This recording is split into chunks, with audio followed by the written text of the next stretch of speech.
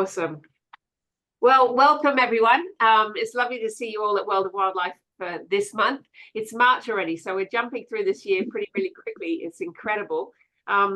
We've had some amazing things happen in the last month, some in Borneo and some here as well. And I've got Spencer here who is going to be our guest speaker today. I know you're going to absolutely adore what Spencer's got to tell us. So let's get starting into it. So for those of you that are new, my name is Sarah Pye, and I run this monthly event together with Dr. Wong Suti, who is the founder and director of the Bornean Sun Bear Conservation Centre. So I've just put us onto speaker view there, but I'm going to share my screen because I'd like to tell you a little about what I've been up to this month, and then what I'll do is I'll pass over to Wong. He'll tell us what's going on in Borneo. And after that, we'll pass over to Spencer here and hear all about glossy black cockatoos and the Wallam habitat on the Sunshine Coast and further afield. So for those of you who don't know me, and I think everyone does, but I'm the author of a number of books that tell the stories, the non-fiction narrative stories about Dr. Wong. The first one that I wrote was Saving Sun Bears, which is his narrative biography. That was published in 2020. I then started writing Wong's adventures with different species in the jungle of Malaysia, each focusing on a different conservation message and telling different stories about the species that live there. It's an absolutely incredible place. And if any of you haven't been to Borneo, I seriously recommend that you do that. So those books, the Wildlife Wong series, there are 6 books in the series, each available on my website, along with Saving Sun Bears, if anyone's interested in that. And we do actually have a special 20% discount at the moment because it's World Wildlife Day was this month. So we're celebrating that with a little bit of a discount if anyone needs to catch up on their books. So what have I been doing this month? Couple of things. One was Beyond the Book is a children's literary festival on the Sunshine Coast. And I was part of the author for Beyond the Book. It was really an honor to be a participant in this event. It's the 3rd year in a row that I've been one of the speakers, and this year I did online presentations about all the animals in the rainforest, joined by my puppet sidekick Pongo, who some of you have met, and that actually went further field than the Sunshine Coast. So we had schools in Victoria, schools in Mackay, all sorts of places that was spreading the word a little bit further afield for that one, which was very cool. Very much enjoyed that. I also last week, and I met some of the people that are here. I actually met Kylie and Leo and yeah, a few other people that are here. Kathy as well. We met at the first of these. Oops, we've jumped a bit. Sorry. Come on, what happened there? Let's go back. At the Best Doctorate in the World, which was a talk that I gave at the Karoi Library last week. It was all about my adventures in investigating Wong's life and learning a lot about the environment in Borneo and the lives of sun bears. And yeah, so that was my talk that happened last week. It's linked to another event that's taking place on the 21st of March in the Noosaville Library, which is Writing the Environment. It's a hands-on investigation into skills, literary skills to engage with our environment through using all our different senses. So if you're interested in coming along, we've got 30 people at the moment that are signed up, and there's room for 6 more. So if anyone hasn't signed up and they'd love to come to that one, then you're very welcome. You just do it through the Noosa Library event. All right. So that's sort of me done. All right, but I'm going to hand over to Wong. But Wong, before I do you mind if I play this amazing little video that you put on YouTube with yeah, and maybe you could talk us through it. That would be awesome. Yeah, sure. Yeah, go ahead. I'm going to put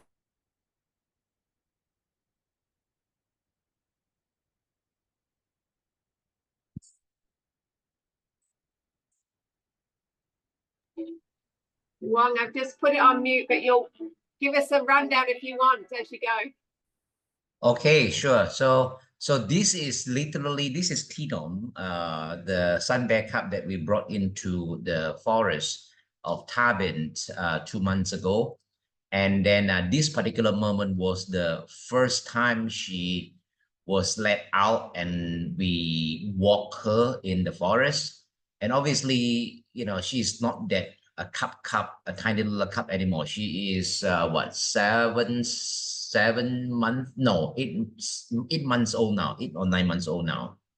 And then she's pretty big. And then when we first brought her in January, like 20th or something, and then it takes us about 2 to 3 weeks to make sure that we are really confident she bond with our team. And then after the bonding established, we can literally walk her in the forest. And then sun bear cubs, it's just like any other human's cubs. I mean, humans baby or any other mammals. They were raised by their moms, and in the wild, they dependent on the mom for everything. They bond with the moms. Wherever moms go, they go. Wherever moms go, they follow. So to speak. So for the cubs like Tino, what we want to do is to bond with her, and after the bonding established, she trusted the caretaker as a surrogate mother, and then after that we can walk her in the forest. So this was the first day, when the field crew opened the cage. She follow, and then in the forest she can do all kind of stuff, digging for food, climbing trees, and her instincts is still very, very strong. We are so glad to see that. And then and she, climbing skill is great.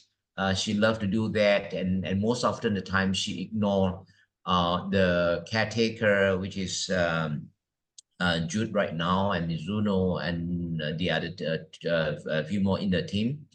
And that's what we do. We brought her into the forest, and then I should, post more video of her Yeah. from time to time. So stay tuned. So far, the progress of Tinom during this soft release rehabilitation program process in Tarbin went very well. Yeah, went really, really well.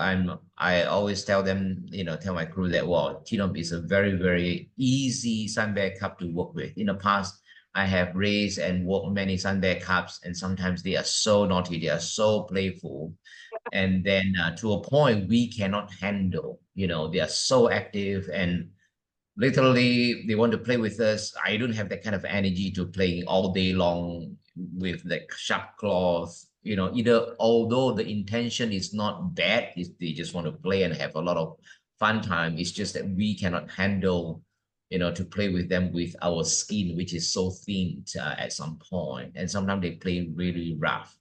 Yeah. Yeah, absolutely. Tinam is very easy to work with. She literally ignore. And then just a few days ago, I did hurt the crew that, oh, she start to play with the crew. I said, good luck. Yeah. Yeah, Well, but so far so good. So far so good. Yeah. Finger crossed that all the process is going smoothly in the forest. we've got a few people here who don't actually know what you've done with Tinham, which is different. So is it worth just backing up a step and talking about Camp Tinham and what it's all about? Yeah, okay. So Camp Tinom is part of the Tabin Sunbed project. Uh, Tabin Sunbed project is based in Tabin Wildlife Reserve, which is a big forest, double the size of Singapore, 1,200 square kilometers, with no people living there. And it was gazetted as a wildlife reserve back in the 80s for the protection of the Sumatran Rhino. And then there is a wildlife department, Sabah Wildlife Department HQ over there. And then all over the past 40 years or so, there has been different NGO groups like SOS Rhino, right? The Borneo Rhino Alliance has been working in Tabin Wildlife Reserve on the rhino issue, and the presence of the field team actually deter or slow down or discourage any illegal poaching activities. The Tabin Sunbat project is a project that I've been talking for actually quite a long time. I want to do it for a long time. And then it is a long-term field-based project that involves rehabilitations of sun bear cub like Tinom, where the rescue sun bear cub will be raised in the forest by a team of staff in the forest, as well as researchers, master student, PhD students, and then and we can and the cub was brought into the forest, and after the bonding established, we walk the bear cub in the forest every day until the bear cub reach adulthood, where they tend to wean off from the caretaker and become an independent bear and become a wild bear literally. And at the same time, because of the presence of the field teams, she will still be allow our team to follow her and document the entire life history of a sun bears. So if she allowed us to do that, and if we successfully to follow her to document, what she do in the forest, and hopefully she will mate with wild male sun bears and have her own cub, and we still continue be able to study her, track her down, and then documents everything about her life, and that would paint a complete pictures of a sun bear natural history. Yeah. And right now, although I've been working with sun bear for the last 26 years, and the knowledge or the informations that we got from sun bears and how they live in the wild is still pieces of puzzle. And we hope with the support, with the establishment of the Boden Sun Bear Conservation Center, we can be able to raise sufficient funds to support these long-term field projects and document the natural history of sun bears in the forest. Okay, so this is project number one. And then project number two is we also need to know about the wild sun bears that already in the area as well. So therefore, right now we have Elvia Chong, a master student who study wild sun bears in the study area. And then the aims is to trap the wild bears that live in the study area, put radio collar, and then track them down in the forest and see where they go, what they eat. Literally like what I did 26 years ago with my study on sun bear in Danum Valley. And also with the walking of Tinam in the forest, and also the radio collar of wild sun bear, we know that who is in the forest. It's very important, because in the past there has been several incidents of bears rehabilitation program in the forest, walking the bear cub in the forest, and few of them actually got killed by the residents bears in the forest. So we need to have the information and have the knowledge of where and who are the residents bear and where they are about, so that they don't bump into each other, so and then also we can also have a complete set of idea of the wild bears ecology movements and reproduction and everything else. So Tabin Sun Bear project is a long-term project. Again, this research project, I hope we will recruit more students to continue study the sun bears for another 5 years. No, actually 10 years. No, 15 years. How about that? Until I grow old and officially retire, and still have a team of people continue the work, so that they will no longer be the least known bear, and they will be the well-known bears in the world. And at the same time, the Tabin Sun Bear project can also act like an anti-poaching project to deter any kind of illegal poaching in the forest. Because the presence of our team will definitely deter illegal poaching activity. Like last time, did I mention about, we come across poaching camp, and then and then our team found Thai shilling, Thai baht in the forest, which is not a good sign. It could means that they can be Thai poachers, foreign poachers that working in Tabin. So that kind of situation. Yeah. So right now we cannot stop people from entering our precious forest, but at least we can choose what kind of people in the forest. If we put our people, the people who are either researchers, our staff, nature lovers, yeah, and our rangers and so on, that would help to stop hunting and poaching, because so far we know with the slow reproduction of sun bears, they cannot withstand any kind of or any level of human caused mortality, including hunting and poaching. Yeah. So we need to stop that as much as possible. Yeah. Wow, it's really really good to hear that it's going really positively, and I know Wong, that your future goal is hopefully that you can release more and more bears and also create an anti-poaching team, isn't it, at some point? Yes. Yeah, so that's yeah, one step closer, which is fabulous. Well done. Yeah. So I imagine that we've got a few people here with questions for Wong on what's going on. So if you've got a question, feel free to take yourself off mute. And yeah, let's go for it. Who'd like to start the ball rolling? I know that Irene and Taylor, you've always got a question coming out somewhere. So do you want to start it off? Sure. So sorry, I think I might have missed it, but there are rangers there, or there aren't rangers in Tabon?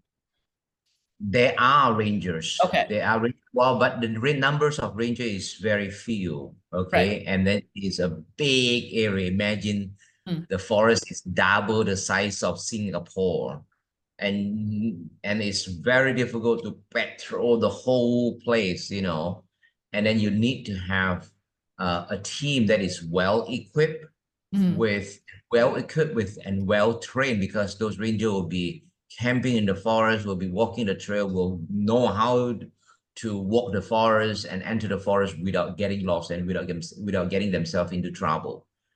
So all of these require sophisticated equipments, well-trained personnel to do the job. Yeah. Yeah. And then just lately, just starting last year, there is a team of people who are based in a team of ranger who is based in Tarbin. But again, it's a big area with like 5 people to patrol a forest double the size of Singapore, which is not going to be effective. So the more people of our side work, roam, walk, patrol the forest, the better. Yeah, Yeah. absolutely. Anyone else got some questions? That includes you, Spencer, if you've got anything you want to share. Any questions for Wong? No, yeah. Not right, not yet. Amazing the work you're doing though, Wong. Yeah. Yeah, thank you. Yeah, certainly is. Leo, you were chatting to Mum there a bit. Have you got something you wanted to say? Sorry, we were just looking up Singapore and imagining it so we could visualize the amount of space. Yeah, good. I was hoping there was a burning question there, but maybe not yet. Not yet. Anyone else with something?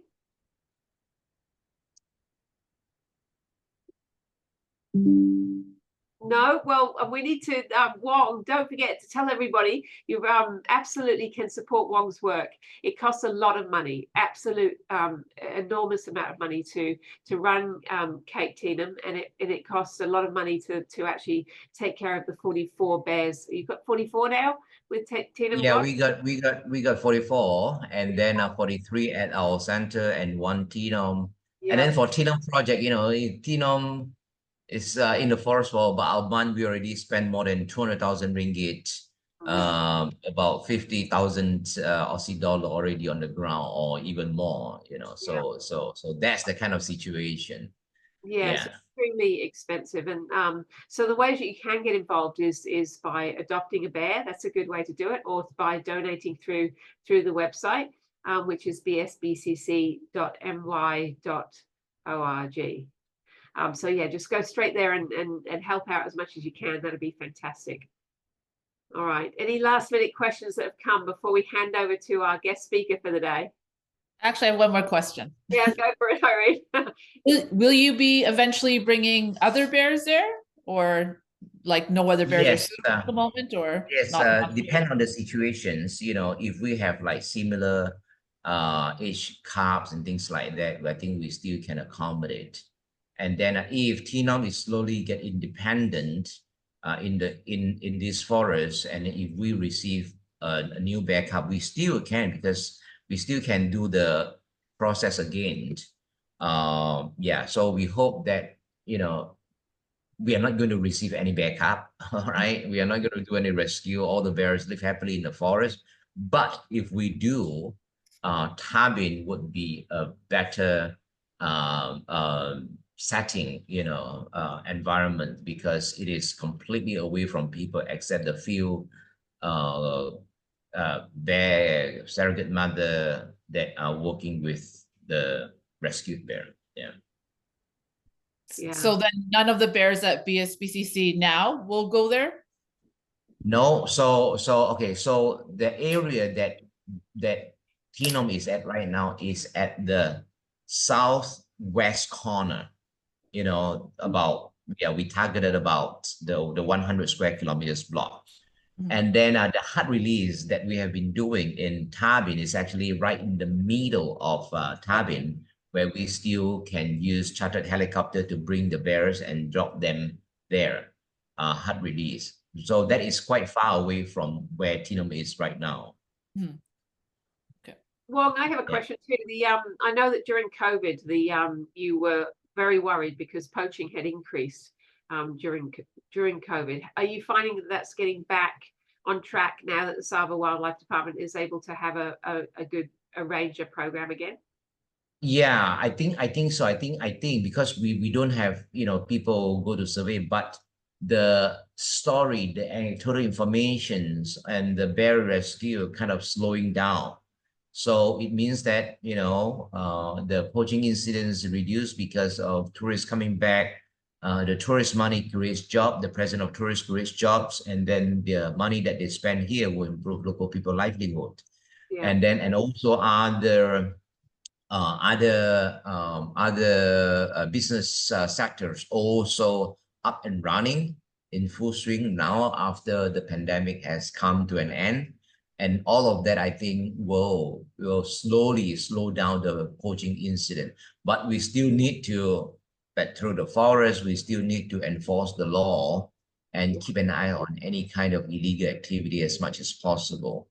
And with the tourists coming back, and this would be a good time to educate the public and also the authorities, the governments, that, hey, you know, the governments and the authority need to protect wildlife and forests first, and then the wildlife in Sabah and the forest in Sabah will draw in tourists. And tourists spend their money to create jobs, improve local people's livelihood, so that the local people do not need to become poachers. And then even more is they will realize that, hey, it is the wildlife that running wild that caused these tourists to come here to enjoy bird watching, wildlife viewing, and so on. So these wildlife are worth so much money alive than dead.